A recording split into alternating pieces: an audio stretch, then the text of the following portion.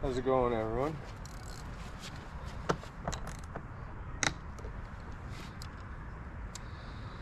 I went to work, but they're ripping up the parking lot where I'm working today, so probably the nicest day of the week today. It's going to be the nicest day of the week, so I figure I'll go out and get a ride in. I think it's a touch lean on the top end,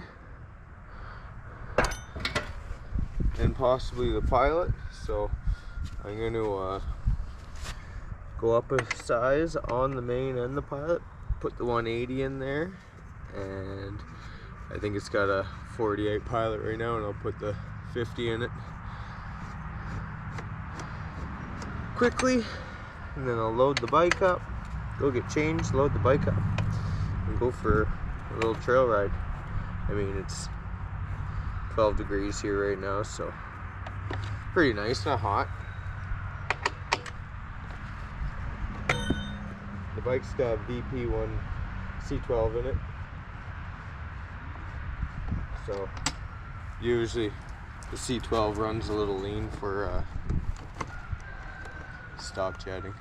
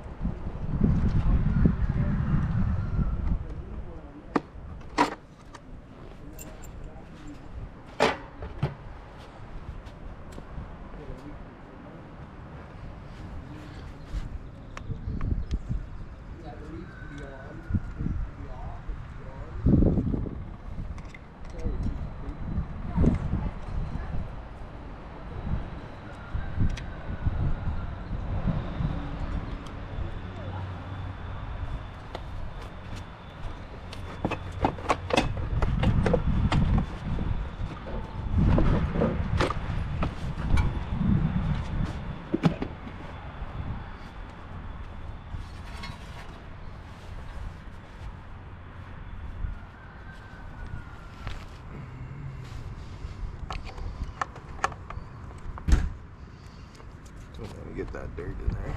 Normally I wash my bike before I work on it, but it's spring. Hoses aren't hooked up yet because we keep going back and forth through snow and whatnot. And it's more a pain to have to always drain the hose, so just leave it unhooked until it's consistently of freezing. Take that boot off, give myself a little bit more room.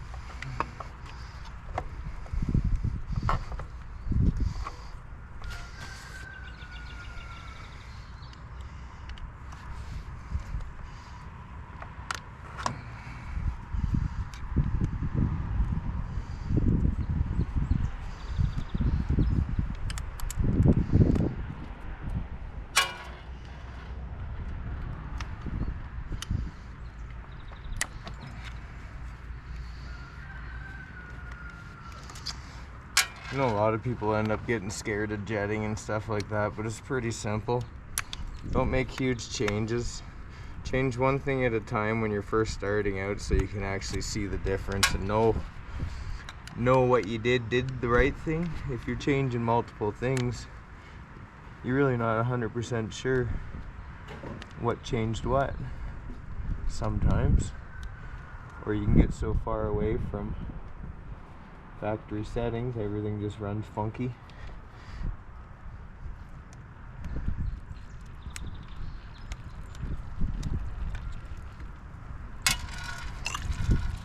I find you should never have to change the needle. It should always just sit in the middle.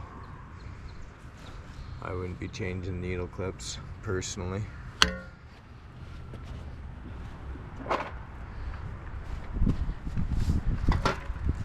When you buy one new, it does come with a second needle, which is a half a clip leaner per clip. If you want to change, that's a better way to go because it's not as drastic. It's only a half a clip.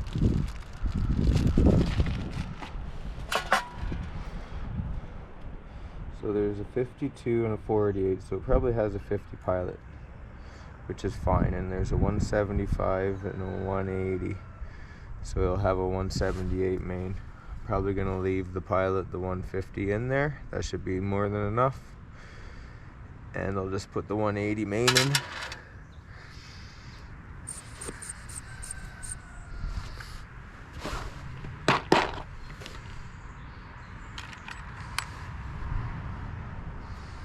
Try not to bump the floats at all. Don't take much to take them out of adjustment.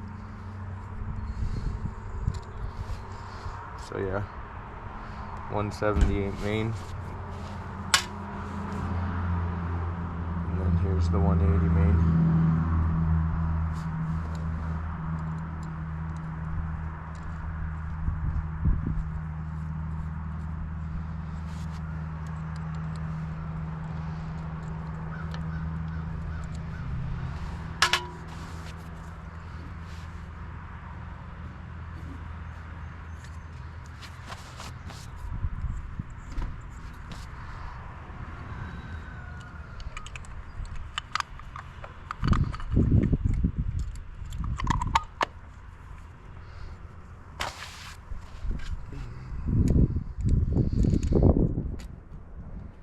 I always see these screws stripped out when it's a used bike. These are JIS screwdrivers, not just regular Phillips. They don't strip it out. They sit in there perfect. Because they are I know they look just like a Phillips, but it's actually a JIS, Japanese industrial screws. They're not regular Phillips, even though they're very similar. But yeah, already done a jet change. I've been at this for, I don't know, I'm not gonna look at my phone, but we're at my GoPro the time on the video, but I'm guessing less than 10 minutes. Doesn't take much to do this stuff.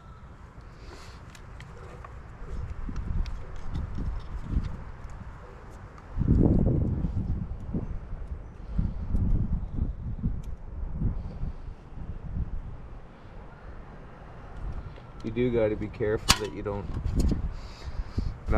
bend the throttle cable. Don't try and pull on the carb too much. If you're doing it like this, where you're trying to stop yourself having to take the bottom or take the top of the carb off, unhook the slide, and take the carb right out to do this, makes it a lot bigger job. If you do it carefully like this and just put the carb to the side, you don't want to put much stress on that throttle cable. Doesn't take much to mess them up.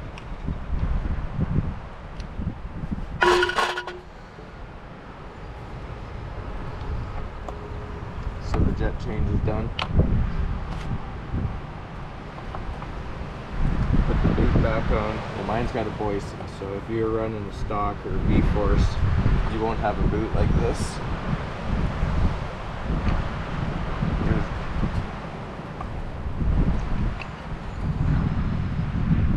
But the Boyson one's nice because you can take the boot off the billet intake manifold and make a little more room for your carb adjustment.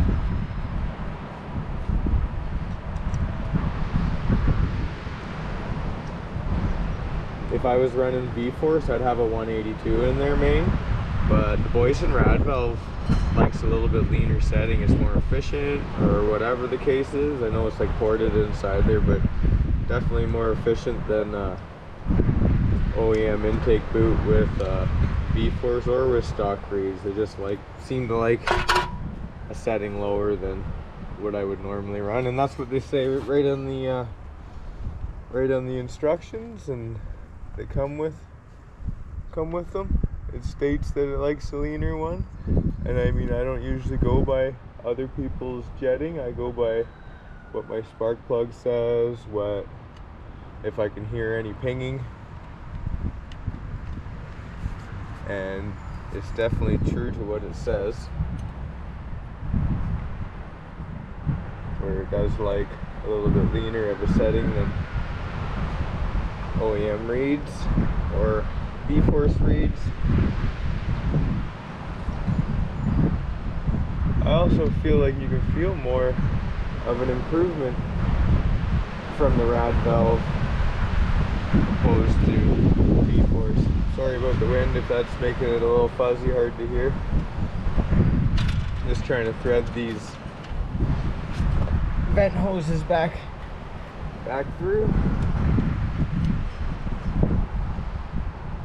Can be a little tricky. These pegs are crazy sharp. These Carapac pegs, I definitely love them. Probably the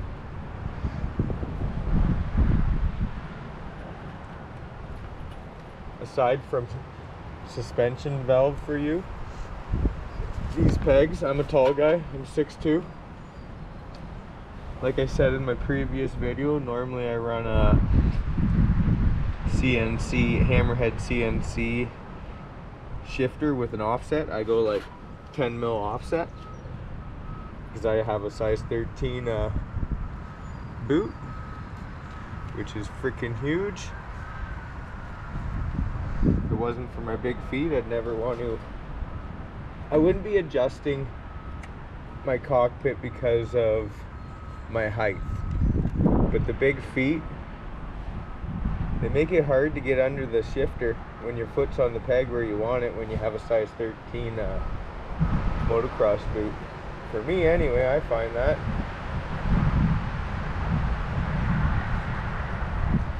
It can be tricky getting these to go in behind the linkage at times, but there we go. I think I got them all. Nope, one's missing.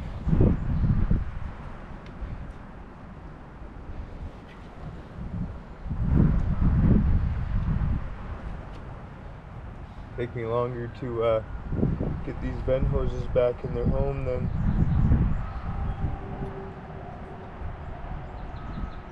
to do the carburetor adjustments. Screwdriver to help go through.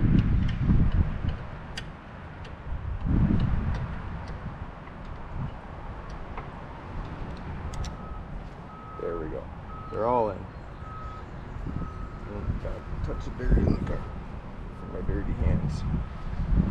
Yeah, don't mind me working on the bike dirty hands. I just rushed back from work because like I said, they started digging up the parking lot and I wouldn't have anywhere to park all day, so I figured it's such a beautiful day, it's already 14 degrees, that I'm gonna go ride.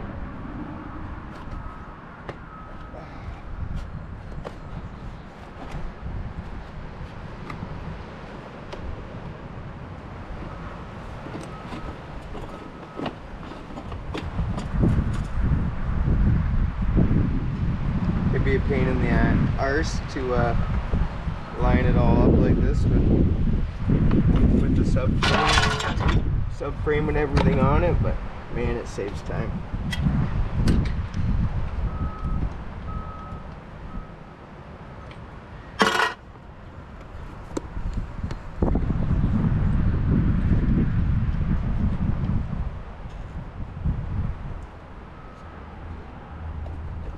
There, the boots on.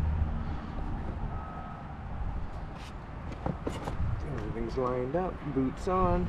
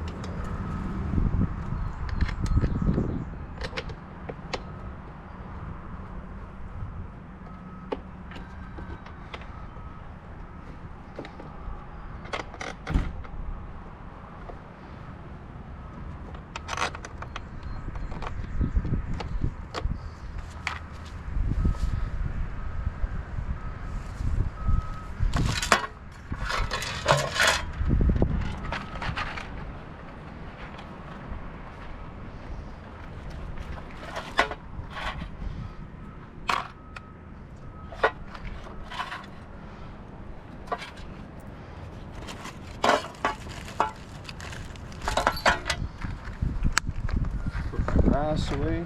I got quite the kit of key-in jets because of Banshees and YZs, but the Banshees more so because I have a lot of different engine combinations and they all take something different.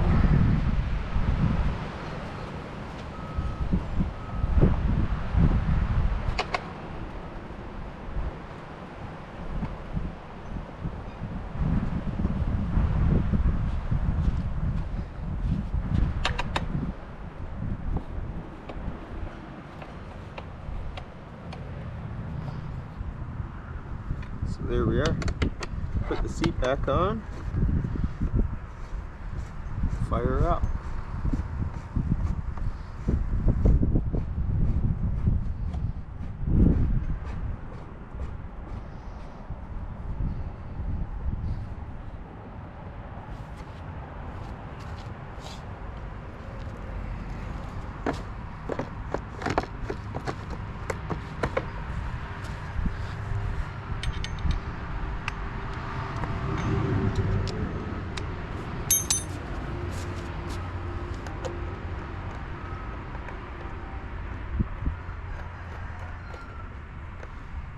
I gotta tighten the air boot too.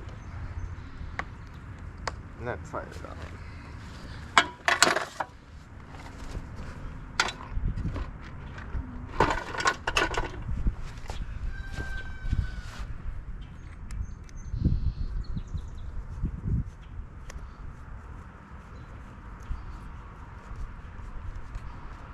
It's not straight. VPC12, it's actually 50-50 with 93 octane. But here, let's fire her up. Put the choke on.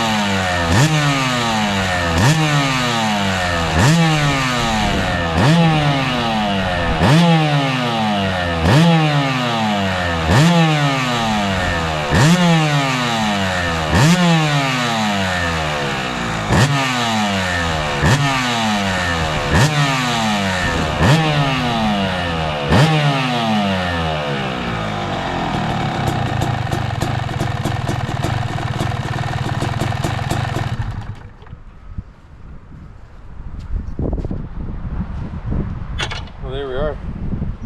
Quick jet change from a 178 main to a 180 main. 18 minutes from taking it apart, doing the jet change, talking too much, to back up and running. Simple stuff. Don't get too crazy with your jetting when you're making changes, and you'll notice what you're doing, which way you need to go. Sometimes lean feels similar to rich, and people get that mixed up, and it's a lot of the time it is lean and it's not rich, or they don't hear the ping in. I mean, everyone can say they run their YZs on pump gas. They must not ride their stuff that hard, or I don't know. I mean, if I'm riding this thing hard, any of my YZs I've had, if I ride them hard, where I'm bouncing off the rev limiter, not that it has a rev limiter, but in the higher up RPM range and up there a lot, the jetting that people say that they run, I would never be able to run. I'd melt a hole in the piston. people saying they're running 175 mains, 172 mains. I'd never get away with it. A lot of the time I was running a 182 main when I had V-Force reeds on my 2022. My 2018 I ran 180 mains. It was a bone stock bike with a pipe, and I didn't ride it a lot, just didn't have the time. My 2005 was ported polished by Bondi Racing Engines. Had a lot of head work done to it on an OEM head. So much head work that it needed to have a spacer for the spark plug so it didn't hit the piston. But I always had to run 182 mains. It's what it liked in the summer. A lot of people would say that's crazy rich, but maybe they're just lugging around putting and don't like fouling plugs. I like being in the upper RPM range, even if I'm just going for little rips. I'm not lugging the bike around. It wasn't what it was really designed to do, so I try not to ride it like that, to be honest. I mean, yeah, I do some lugging for sure, but I'm not going to change all my jetting so that it's crisp lugging around and then as lean as heck up in the RPM range, because it just takes all the fun out of it if it doesn't like to see the RPMs. Not sure how people run 175 mains with 91 or 93 octane. I mean, it's impossible to even find non-ethanol fuel. The 93 in my area has 10% ethanol in it. I find the ethanol makes it ping. If I can't get the VP fuel, a lot of the time I'll just run avgas. It's similar to the VP.